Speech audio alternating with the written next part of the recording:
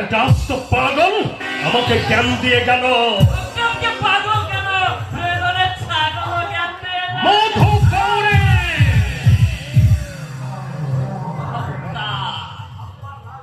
তোমার ওই লাল চোখ দেখে তোমার এই পাঁচটা কুত্তা গৈরাম ভয় পেতে পারে, কিন্তু ওই মধু পাউরি কখনো ভয় করে না। আমার একটা কথা 100টা কথার সমান। মধু পাউরি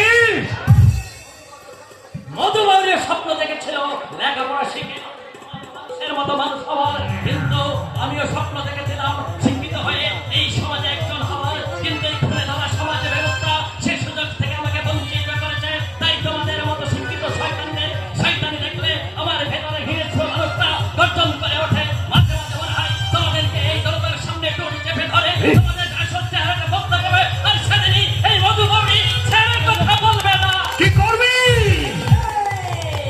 আমার 100টা কথা একটা কথার সমান। মধু পাউরি আমি তোকে ছেড়ে কথা বলবো না।